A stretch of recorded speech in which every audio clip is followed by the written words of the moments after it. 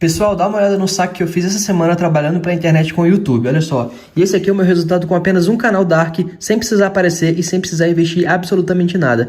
Mais de 250 mil reais que eu recebi aqui na plataforma do AdSense. E eu quero te mostrar como que você também pode fazer isso, como que você também pode criar o seu canal Dark no YouTube, pegando conteúdo de outras pessoas e postando no seu canal e tendo muito resultado com isso. Então faz o seguinte, clica no botão Saiba Mais que vai aparecer aqui no vídeo agora e vem comigo que eu vou te mostrar como que eu faço isso. Galera, pode entrar à vontade aqui no UFC, porque aqui a gente abre o nosso clube para o fã de esporte e para os grandes nomes do futebol na véspera da decisão da Libertadores. Mas agora vamos até o gramado, a gente está mostrando aí o Palmeiras, que fez exatamente o que o Flamengo fez agora há pouco e nós mostramos ao vivo. O Palmeiras, por volta de 4 da tarde, fez isso também, reconheceu aqui o gramado. Abel Ferreira e Felipe Melo deram entrevista e nós estamos recuperando e trazendo todos os detalhes para você, porque aqui é Palmeiras e Flamengo, Flamengo e Palmeiras, e a decisão brasileira da Libertadores. E o Pedro Henrique Torre está no gramado aqui do Estádio Centenário. E que gramado, hein, Pedro? Bem-vindo ao nosso clube. Fala, João, tudo bem com você, os amigos do ESPN FC? Que gramado, né? Que gramado, ainda mais pra gente que tá acompanhando o gramado do Maracanã ali, quando a gente bate o olho nesse gramado aqui do Centenário, que diferença, hein? E a gente não joga, imagina os jogadores do Flamengo que entraram em campo aqui, ficaram namorando esse gramado para essa decisão de amanhã. Então fica aquela expectativa bem grande, porque eles podem apresentar aqui no Estádio Centenário essa partida contra o Palmeiras. A gente acompanhou esse reconhecimento de pertinho aqui dos atletas do Flamengo, mas também a coletiva do técnico Renato Gaúcho, também do capitão Everton Ribeiro, mas praticamente todas as perguntas ali concentradas mesmo no comandante rubro-negro, como até o Pascoal aí, eu estava ouvindo, o Pascoal estava ressaltando como o Renato se mostrou bastante incomodado, né, com essa questão ali do Grêmio, a última partida, aquelas coisas assim, a torcida levantando muito a questão de como o Flamengo se portou diante do Grêmio, abriu 2-0, aí depois deixou empatar, muita gente falando assim, será que o Flamengo deu uma queda ali porque o Renato tem uma ligação muito próxima? Então o Renato se mostrou bastante incomodado com essa questão, disse que não ia nem responder, mas aí depois estendeu um pouco esses questionamentos assim sobre essa partida contra o Grêmio, aí depois virou um pouco a página, falou mesmo dessa decisão. Perguntei para o Renato se o Flamengo ia ser aquele protagonista mesmo, com posse de bola, tentando se impor em campo, ou ele ia se adaptar na partida de acordo com o que o Palmeiras ia apresentar também, como ele fez até no Allianz Parque, naquela vitória no Campeonato Brasileiro. Foi um Flamengo mais de contra-ataque, jogando uma partida, chamando um pouco mais o Palmeiras e jogando, venceu por 3-1 no contra-ataque. Aí o Renato, se o Abel Ferreira diz que tem um plano, o Renato disse que tem planos A, B e C. Mas ele não revelou não falou quais são esses planos não. Ele disse que vai ficar tudo para amanhã mesmo, porque ele não quis definir se o Arrascaeta vai jogar, enfim, se o Michael vai jogar. Foi até perguntado diretamente, o Michael vai para o campo? Aí ele deu uma enrolada ali, não quis deixar muito claro, mas a informação é que os quatro vão iniciar, os quarteto ali, Arrascaeta, Everton Ribeiro, Bruno Henrique e também o Gabigol. É essa a expectativa, que o Flamengo vai com seu time completaço aqui no Estádio Centenário. A aposta, porque o Flamengo não tem os jogadores 100%, até não teria como, o Arrascaeta ficou quase 50 dias aí parado por conta da lesão, voltou aos poucos, mas o Flamengo aposta demais no caráter decisivo desses atletas e o trabalho foi feito para que eles tivessem condição de jogo. Eles têm condição de jogo e aí devem entrar aqui, até porque tem o Arrascaeta, como muitos de vocês destacaram aqui, entrou aqui no gramado, apontou, ficou dando dicas, então isso conta bastante também, tá na terra dele, né? Conhece o Estádio Centenário aqui, isso tudo conta demais na hora de uma decisão. O Flamengo treinou mais cedo no estádio do Del Siglo, né? O campeão Del Siglo, do Peñarol, fez a sua última atividade, todos em campo, abriu 15 minutos ali, todos em campo, aquela atmosfera tranquila, como eu venho relatando, uma tranquilidade, também aqueles relatos ali de que é uma tranquilidade, todo mundo muito confiante e também não há aquele peso que tinha em Lima, de 38 anos sem um título de Libertadores. Isso, de certa forma, dá uma facilitada aí para o Flamengo nessa decisão contra o Palmeiras, mas é jogo duríssimo, todo mundo sabe disso. É o Palmeiras do outro lado, o atual campeão da Conmebol Libertadores. Então o Flamengo, João, preparadíssimo para essa decisão amanhã, deve sim entrar em campo com aquele 1 ao 11. Todo mundo sabe, Diego Alves, Isla, Rodrigo Caio, também tem o Davi Luiz, Felipe Luiz, o Ilharão, Andrés Pereira, Everton Ribeiro, Arrascaeta, Bruno Henrique e na frente Gabigol, que foi quem decidiu a última Libertadores que o Flamengo conquistou em 2019. Volto com você, João. Ok, muito obrigado, Pedro Henrique Torre. E daqui a pouco nós voltamos aqui direto do Estádio Centenário de Montevidéu. Tudo pronto para a decisão épica, memorável, histórica. Parou a música, né? Parou a música. Acabamos de saber aqui que não teremos aquele ajuste musical de som também. Tudo já foi feito mais cedo, então vamos tocar a bola tranquila aqui. Mas o nosso clima é bom, estamos no nosso clube, Happy Hour na ESPN, com o Zinho aqui no Estádio Centenário de Montevidéu, com o Mauro Naves, o Silas e o Pascoal no estúdio do Rio, e você participando com a gente. Daqui a pouco tem Edu de Menezes de novo na FanFest, aqui em Montevidéu. Muita gente está chegando aqui, rubro-negros, palmeirenses. Há uma expectativa de que 120 mil pessoas estarão aqui, não todas no estádio, porque não dá mais para acompanhar esse evento. E a Bibiana Bolson acompanha o Verdão. Ela esteve hoje na coletiva do Abel, do Felipe Melo, e tem as informações do Alviverde Imponente. Alô, Bibiana, bem-vinda ao nosso clube. Abraço, João, companheiros, fã de esportes, olá para vocês mais uma vez. A gente está ao longo do dia seguindo todos os passos do Palmeiras. Você comentava aí com relação ao ensaio que foi realizado mais cedo, mas se você quiser festa, emoção, daí você pede daqui a pouquinho pro Eduardo de Menezes cantar, que eu sei que ele é bom de cantoria, viu, João? Vamos lá, vamos ao Palmeiras. Vocês já comentaram com relação a isso, e isso é muito claro, a diferença do clima, da entonação, do semblante, do que a gente vê assim de bastidores entre o Flamengo e o Palmeiras. Eu acompanhei a coletiva de imprensa também do Flamengo e a gente vê um Renato Gaúcho muito mais atacando, digamos assim, a imprensa e muitas vezes até desviando de uma resposta que poderia ser produtiva para o fã de esportes que está acompanhando, para a gente debater, do que o Abel. A gente viu uma coletiva do Abel muito sereno, muito tranquilo. É legal quando ele coloca também, é questionado com relação ao Palmeiras não conseguir vencer esse Flamengo desde novembro de 2017. 4 anos se passaram. E ele fala com muita tranquilidade que a história não vai entrar em campo e que amanhã é uma oportunidade para esse Palmeiras fazer diferente e mudar essa história, sendo então tricampeão aqui no Estádio Centenário. Se tinha uma grande dúvida ao longo da semana com relação ao Felipe Melo, eu confirmei hoje cedo que ele vai jogar agora. A gente não sabe em que condições estará o Felipe Melo. Se vai ser no sacrifício, e aí possivelmente vai ser essa postura também, porque é um líder, é um jogador experiente e deixou muito claro que vai tentar dar tudo que ele puder aí. O Abel confirmou hoje o Felipe Melo no jogo, na partida, disse muito claro, Felipe Melo joga, mas o próprio discurso do Felipe Melo em alguns minutos, ele dá a entender que talvez seja ainda um problema essa questão física.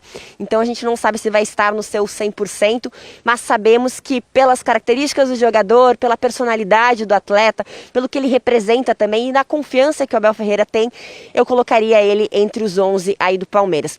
Outra mudança, a gente está trabalhando com uma escalação com o Scarpa começando entre os titulares. Eu tenho falado isso nos últimos dias também.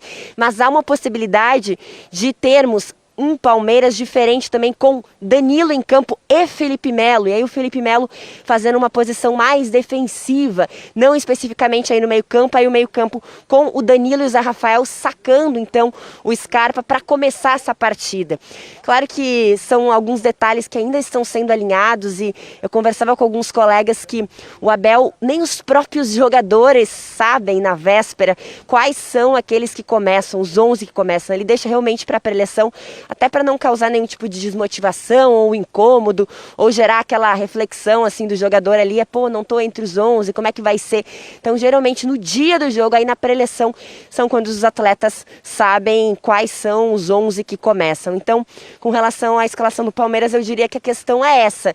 Se vamos ver um Palmeiras com o Felipe Melo todo o tempo, se ele vai estar em plena condição também, vontade tem, e tem muita, tá mostrando isso, até pela coletiva de imprensa, pelas conversas que a gente gente teve acesso aí, que ele falou com pessoas próximas do jogador e mesmo pessoas que a gente conhece também, a gente sabe que ele está bastante motivado. E aí essa possibilidade do Scarpa começar depois, né, ao longo da partida, entrar então no time dos 11 titulares do técnico Abel Ferreira. É legal também relatar aqui, João e amigos, a gente acompanhou toda a preparação do Santos e do Palmeiras na final deste ano, né, que acabou sendo disputada em janeiro. E olha, digo que é completamente diferente. Eu vejo um Palmeiras muito mais maduro, muito mais seguro e um clima muito mais leve. E até engraçado pensarmos um Palmeiras dessa forma, porque vem de resultados não satisfatórios no Campeonato Brasileiro, de algumas derrapadas, mas realmente eles conseguiram virar essa chavezinha e é um clima muito bom que a gente sente nos bastidores, amigos. Ok, Bibiana, ótimas informações do Verdão, que está pronto para a final nesse estádio maravilhoso, o monumento do futebol, Estádio Centenário, inaugurado em 1930 para a primeira Copa do Mundo, um dos estádios mais importantes e emblemáticos do futebol mundial. Aqui, ó, 20 finais de Libertadores, a decisão da primeira Copa do Mundo em 1930, 4 finais de Copas Américas. Futebol uruguaio que tem aí o Peñarol com 5 títulos, o Nacional com 3 títulos, mas há muito tempo não marca presença. E eles estão voltando agora a ter uma grande final de Libertadores aqui no Centenário, 11 anos depois. O último que esteve aqui foi o Santos, que em 2011 fez a final com o Peñarol e acabou sendo campeão, o time brasileiro. Obrigado, Bibiana, pelas informações, mas agora vamos entrar nas coletivas, nas declarações para o Zinho, Mauro Naves, o Pascoal e o Silas analisarem. Primeiro, Renato Gaúcho, veja esse trecho do que disse o Renato. Eu não vejo favorito, independente de quem vem vencendo seus jogos ou perdendo seus jogos, os dois vencendo, os dois perdendo, não existe favorito, na minha opinião, porque são duas grandes equipes, com jogadores a nível de seleção brasileira. São os últimos 2 clubes que foram campeões da Libertadores, o Flamengo em 2019, o ano passado o Palmeiras. Então as duas equipes chegam com méritos, no meu ver, na minha opinião, não existe favoritismo, até porque é uma partida disputada em 90 minutos e tudo pode acontecer. Às vezes você tem uma equipe que vem vencendo todos os seus jogos e em 90 minutos não está naquele dia e perde uma competição. Então não tem favorito, até porque as duas equipes se prepararam bem para essa final. E como falei, grandes jogadores de ambos os lados. E no momento que você tem essa qualidade dos dois lados, tudo pode acontecer numa partida. Eu fico muito feliz por nós termos recuperado o Michael. Eu lembro quando cheguei no Flamengo, em que estágio ele estava, em que estágio ele se encontra hoje. O Flamengo tem grandes jogadores. E como falei, o importante é a gente ter recuperado mais um jogador, que no caso o Michel, mas o Flamengo tem Arrascaeta, tem Bruno Henrique, tem Gabigol, tem Pedro, tem Everton. Então são jogadores muito acima da média. Então essa é uma dor de cabeça que eu sempre falo para eles, que todo treinador gosta de ter. Qual é a dor de cabeça? É você quebrar a tua cabeça para você colocar 11 dentro do campo. É isso aí, Renato enaltecendo os seus jogadores e elogiando o Michael e falando que está feliz por tê-lo recuperado. Agora a palavra favoritismo, eu acho que a que a gente mais falou foi favoritismo, Arrascaeta e Felipe Melo. Foram os termos mais citados por nós nesse período todo. Favoritismo, quem é favorito na final aqui amanhã? Tem um monte de gente jogando favoritismo pro outro lado. Veja essa sequência aí. Final de Libertadores, para mim, não tem favorito. Final de Libertadores, tudo pode acontecer. Não existe favoritismo para um jogo como esse. São duas equipes gigantes. São duas equipes com um grande elenco. Então tudo pode acontecer. Eu vejo as coisas de forma muito pragmática. Favoritismo, isso é para vocês que escrevem e para os comentaristas, para os mais especializados, para os menos, para os que estudam mais, para os mais preparados, para os menos preparados. Para mim temos um propósito. É ganhar a final. Esse é o nosso propósito. Esse é o meu propósito. É nisso que eu me foco. O resto, deixo para vocês escreverem e preencherem jornais e que tem muito que escrever e preencher. O favorito é o Palmeiras porque é o atual campeão. O favoritismo é fácil. O Palmeiras é o atual campeão. Quando tem um atual campeão numa final, ele continua sendo favorito. Eu acho que são duas grandes equipes. O Palmeiras, de fato, foi o campeão da Libertadores, campeão da Copa do Brasil do ano passado. Mas é um jogo muito difícil de se prever qualquer tipo de resultado. Eu estava ouvindo até os comentários anteriores aqui. São times que jogam de forma distinta, mas que ambos têm grandes jogadores, têm grandes técnicos. E é uma final.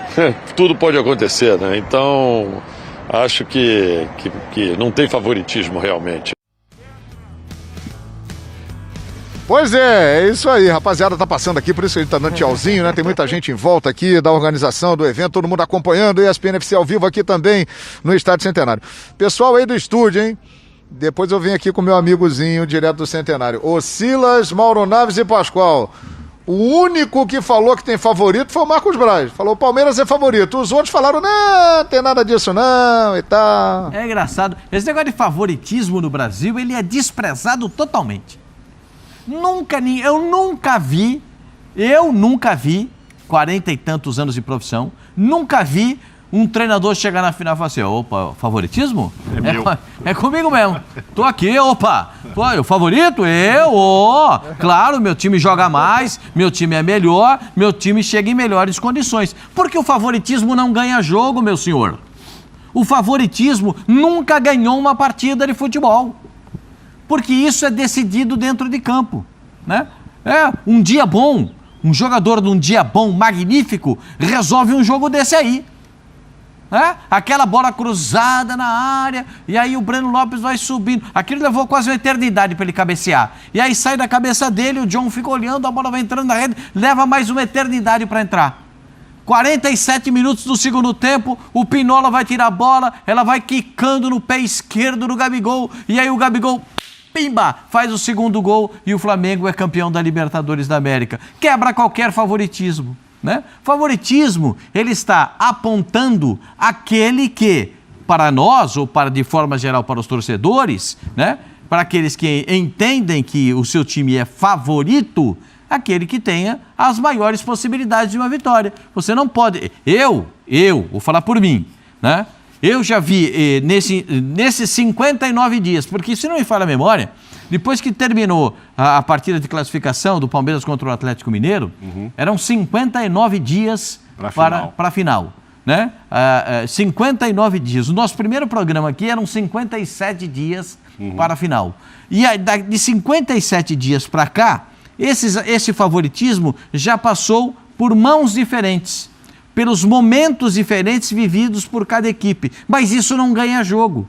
E não é como o Renato diz, não, é com vocês na imprensa, é no sabor das ondas. Não é, Renato, no sabor das ondas. É pelo momento vivido de cada equipe dentro das competições. É por isso que existe essa análise do favoritismo. Mas eu chego nesse momento, faltando aí menos, já agora o pessoal já estaria comemorando o título, né? Nesse horário já estaria comemorando o título. Então, eu fico com a impressão de que é 50% para cada lado. Eu não consigo ver um distinto, mas já vi o Flamengo melhor e vi o Palmeiras melhor naquela arrancada das vitórias. E vi o Flamengo evoluir dentro das competições. Agora, amanhã taco a taco e quem puder mais vai ganhar o jogo, quem tiver mais qualidade vai ganhar o jogo, porque decisão é assim, é feita dessa forma. 19:19 nesse momento, 7:19, 19 horas e 19 minutos. Não sei se vai ter prorrogação, se vai ter pênalti, se essa hora o João Guilherme já está gritando que um ou outro ali, ó, evidentemente, já foi campeão no jogo o tri! Normal, tri para alguém com certeza, né? Não sabemos como é que vai ser. Aqui no Brasil, né, Pascoal, ninguém assume que é favorito, ao contrário, aqui no Brasil adora-se jogar o favoritismo pro Braz, outro. Né? Não, isso que o Braz está fazendo é óbvio que ele acredita no time dele, é óbvio que ele acha que o time dele é o favorito, que é melhor tecnicamente, mas é muito cômodo e fácil e é o que acontece, sempre jogar o favoritismo para o adversário, né? O presidente Landim já foi mais na linha que eu tô, que é meio a meio mesmo, né? Porque não dá para dizer, né? Agora, o que vai acontecer? Como é que a gente vai ter bola de cristal? O Landim, é exatamente o que eu respondo. Pode acontecer tanta coisa num jogo desse, sabe-se lá, quem que vai decidir, quem tá, como disse o Pascoal, mais inspirado, mais isso. Então, assim, continuo achando, independentemente dessas opiniões, da opinião do Braz, que não há favoritismo, Silas. Não sei se você pensa diferente. Você pode até falar de momentos aí, como a gente falou, o Palmeiras teve um momento melhor, o Flamengo em outro e tal. Todas as vezes que eu entrava para um jogo que eu achava que a gente ia ganhar fácil, eu jogava mal. Olha lá. Eu jogava mal. Quando eu entrava para um jogo, falando, mal, hoje vai ser complicado, jogava bem. Então tem muito disso. Agora, se a gente olhar para o jogo do River contra o Flamengo, que o Flamengo foi campeão, o River havia vencido a semifinal da Copa da Argentina contra o Estudiantes, não o Estudiantes de La Plata do Verón, mas o Estudiantes caseiro por 2-0.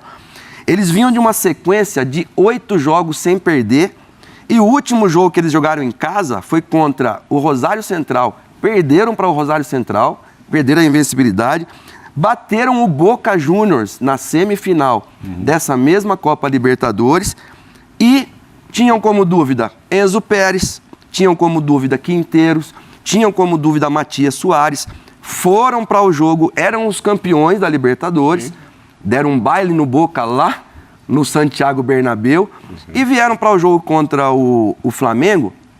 E todo mundo que assistiu aquele jogo, o Flamengo jogou os últimos 10 minutos de jogo, porque o River foi superior o jogo todo. Até as mudanças lá que o Gallardo fez, tirou o Nacho Fernandes, colocou o Lucas Prato, e o Jorge Jesus fez o contrário. O Jorge Jesus tirou Gerson, tirou o Ilharão, colocou Diego, colocou Vitinho, e a última, quando o Flamengo já tinha virado para 2-1, colocou o Pires da Mota no lugar do Arrascaeta. Então, quer mais favoritismo do que isso? E quem ganhou? O Flamengo ganhou. O Flamengo não era o favorito. Então, para esse jogo, não tem. O Santos teve muito mais chances de gols contra o Palmeiras, já na final da Libertadores, entre Santos e Palmeiras no Maracanã. E quem ganhou o jogo foi o Palmeiras, num cruzamento do Rony, que não era para estar ali, e um cabeçaço, uma cabeçada do Breno Lopes, que tinha acabado de entrar. Então... esse argumento do Brasil, é o atual campeão, isso aconteceu em janeiro. Não é que a gente vai ficar em cima do muro, mas se você perguntar qual time é melhor, aí um vai dizer que é o Flamengo, outro vai achar que é o Palmeiras. Eu acho que o melhor time hoje é o Palmeiras, mas não é o Flamengo, mas não é o favorito para ganhar essa final. Opa, já Abel Ferreira falando de Felipe Melo e a importância, a liderança que ele tem, mas eu quero ouvir. Pessoal, dá uma olhada no saque que eu fiz essa semana trabalhando pra internet com o YouTube, olha só. E esse aqui é o meu resultado com apenas um canal Dark, sem precisar aparecer e sem precisar investir absolutamente nada. Mais de 250 mil reais que eu recebi aqui na plataforma do AdSense. E eu quero te mostrar como que você também pode fazer isso, como que você também pode criar o seu canal Dark no YouTube, pegando conteúdo de outras pessoas e postando no seu canal e tendo muito resultado com isso. Então faz o seguinte, clica no botão Saiba Mais que vai aparecer aqui no vídeo agora e vem comigo que eu vou te mostrar como que eu faço isso.